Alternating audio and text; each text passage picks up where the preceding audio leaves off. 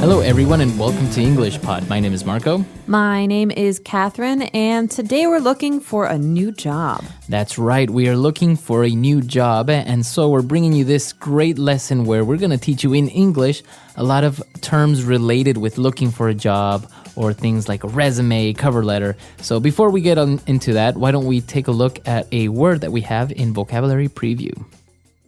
Vocabulary Preview. So this is actually the name of a job. It's a position. It's a gas station attendant. Okay, a gas station attendant. Now we know what a gas station is, right? That's right. It's a place where you go to fill your car with gas. Okay, so an attendant at a gas station, what does he do? He or she is a person who will help you put the gas in your car. So an attendant is someone who is almost like an assistant or a helper. Okay. You can have a bathroom attendant, someone who gives you a towel after you wash your hands. I've seen those in the fancy restaurants. Yeah, so gas station attendant. All right. So why don't we take a look now at our dialogue? Let's listen to it for the first time, and we'll be back in a bit.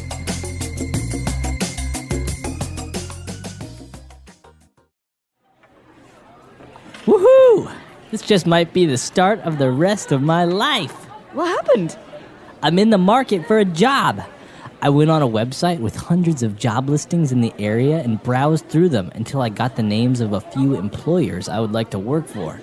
I have the resume I wrote for English class last month, and a cover letter will be a piece of cake to write. I've even done my research and found the names of the managers so I can address the letters personally. And you know, I can be charming in interviews. Goodbye, my penniless days. Hello, salary and a career. Ben, we're 15. What kind of job are you looking for? Oh, just for a position as a gas station attendant. You know, starting at a simple lowly job, just like all the greats before they made it big in the world. Uh-huh. But I'm just in it for the money, right? How else am I going to be able to afford to keep taking Angela to the movies? Besides, I love the smell of gasoline. Don't you? All right, we're back. So now you're probably wondering what those words meant. So why don't we take a look at a couple of them in Language Takeaway. Language takeaway. The first phrase we have today is one that's very important when you're looking for a job. It's called job listing or job listings here. Okay, job listings. And this is really common. Before the internet existed, you would have the listings in your local newspaper, right? Exactly. And in the movies, you always had the person sitting with the newspaper circling the potential jobs. Right, with a red marker. Exactly. But now that we have the internet, you have lots of websites that have job listings. And so a job listing is literally a list of jobs that are available. Okay. So you look through the job listings, maybe you found one that's interesting. There's an email address. So what do they ask for? They ask you to send in your resume. Okay, a resume is very important when you're looking for a job. It's a document, it's a piece of paper that tells someone all of the work that you've done before, your job experiences, and it tells them where you went to school and what your qualifications are. So it's a summary of your work life. Okay, and that's why it's called a resume, right? It's pretty much a summary of your work life, as you say. That's right, and a different one, sometimes people use this, is a CV. Curriculum vitae, and that's an academic summary of your life. So you have the work summary and the study summary. Okay, very good. So if you send in your resume, what's recommended is that you attach it with a cover letter. Okay, well, cover letter, you know the word letter. It's something that you write to somebody else. But a cover letter is like a cover for your resume. It's a letter where you explain to the future boss or future employer what exactly you want and how this job is going to help you get it. Okay, so that's basically a small little introduction to yourself, right? Before they read your resume, who you are, what you're looking for maybe, very quickly. Exactly. So you could say, hi, my name is Catherine. I'm very motivated and excited to have the opportunity to talk to you about why I'm a skilled employee and why I will benefit your company. Very good. All right, so you've sent in your resume and your cover letter. And, well, maybe you're looking to get into a career as a gas station attendant. So what's the difference between job and career? Okay, and this is very interesting because in many languages, there is a similar word, which, for example, in Spanish is carrera, right? And that means like a profession. So many people translate it literally as career, but it's not the right word. What is a career? A career I think of as a long-term goal. A career is your profession. It's the name you give yourself. But a job is a position in a company from one time to another. So for example, my job here is host of English Pod. But maybe in the future I will have a media career. Okay. That means that my job or jobs will have to do with this profession. It's kind of a bigger thing. Okay. A longer thing. So maybe you can think of it this way. A career is like, as you say, bigger picture, like the macro category, right? You're into media and television, for example. And your job specifically is a podcast host. But in the future, maybe I want to have a different job in this career and move into production and be a TV producer. Right. So that's a part of my career path. I can move Very it forward. So career is a very important word. All right. So we've taken a look at a couple of great words. Why don't we listen to our dialogue again, and we'll be back in a bit. Woohoo! This just might be the start of the rest of my life. What happened? I'm in the market for a job. I went on a website with hundreds of job listings in the area and browsed through them until I got the names of a few employers I would like to work for. I have the resume I wrote for English class last month, and a cover letter will be a piece of cake to write. I've even done my research and found the names of the managers so I can address the letters personally. And I can be charming in interviews. Goodbye, my penniless days. Hello, salary and a career. Ben, we're 15. What kind of job are you looking for? Oh, just for a position as a gas station attendant. Starting at a simple lowly job, just like all the greats before they made it big in the world. Uh-huh. But I'm just in it for the money, right? How else am I going to be able to afford to keep taking Angela to the movies? Besides, I love the smell of gasoline. Don't you? All right, we're back. So now we have lined up for you 3 key phrases that we found in this dialogue. So let's take a look at those now in Fluency Builder. Fluency Builder. This first one's a great phrase. It's going to make you sound very fluent in English if you use it. We say in the market for.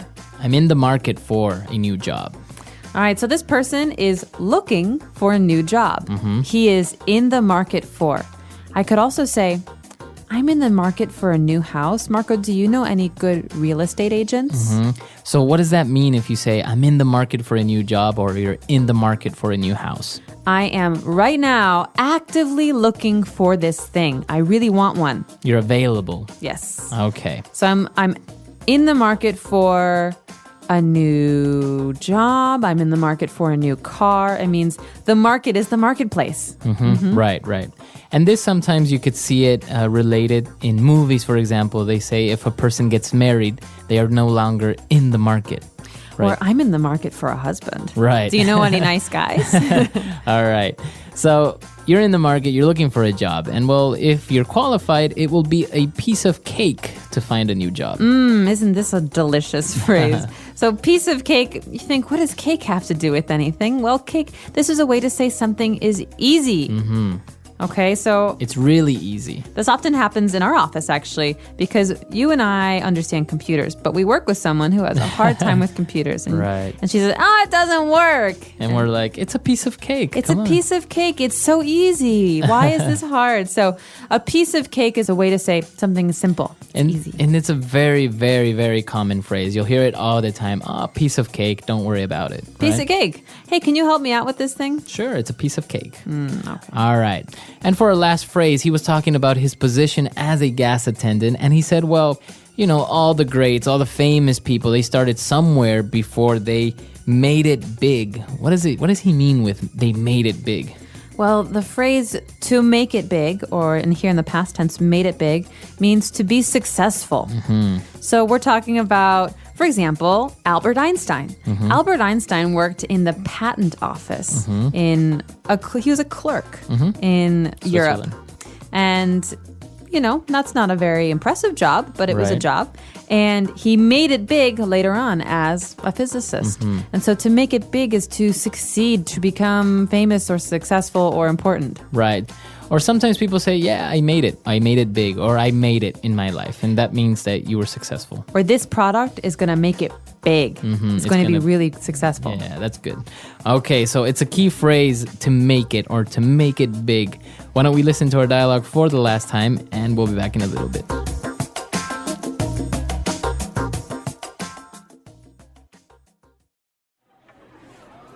Woohoo! This just might be the start of the rest of my life. What happened? I'm in the market for a job. I went on a website with hundreds of job listings in the area and browsed through them until I got the names of a few employers I would like to work for. I have the resume I wrote for English class last month, and a cover letter will be a piece of cake to write. I've even done my research and found the names of the managers so I can address the letters personally. And I can be charming in interviews. Goodbye, my penniless days. Hello, salary and a career. Ben, we're 15. What kind of job are you looking for? Oh, just for a position as a gas station attendant. Starting at a simple lowly job, just like all the greats before they made it big in the world. Uh-huh. But I'm just in it for the money, right? How else am I going to be able to afford to keep taking Angela to the movies? Besides, I love the smell of gasoline. Don't you?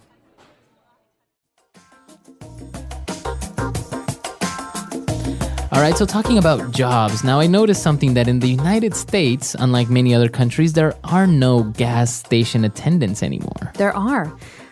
Touche. There are actually a lot of gas station attendants in New Jersey because really? it's the law that you cannot pump your own gas. You cannot put gas in your own car. And why is that? It's a way for the New Jersey government to increase the amount of jobs in the state. So to create jobs, they made gas station attendants. Oh, wow. Yeah, I've noticed in some states, for example, you just go up to the pump, and if you have your credit card, you put in your credit card and you pump your own gas. And apparently it also has to do with health issues because people who are working in gas stations tend to have serious health problems later on. I mean, you're inhaling all these gases from the gasoline. That's right. It's very unhealthy. And I think that's also very dangerous in some places because gas stations are often robbed. Yeah. Because there's only one person and no security sometimes. Yeah. So there are some negative parts of being a gas station attendant. But if it's a job and you need a job, it's probably a good one. Yeah, no, true. I remember seeing Back to the Future when in the 50s you would pull up to a gas station and somebody would check your tire pressure, they would check your oil, and they would clean your windows, and it's just like full service when you pulled up to a gas station. They might even buy you a beer. No. All right. So it's really interesting about these positions. I imagine that, in other places, some job positions that maybe we would find a little bit strange or uncommon. Absolutely. And I encourage everyone today, this is your homework. Tell us on EnglishPod.com, what is your job and what's your career? Okay? What's your job and what's your career? So what's the career you would like to have in the future? Very good. All right. So we'll see you guys there. Bye, everyone. Bye.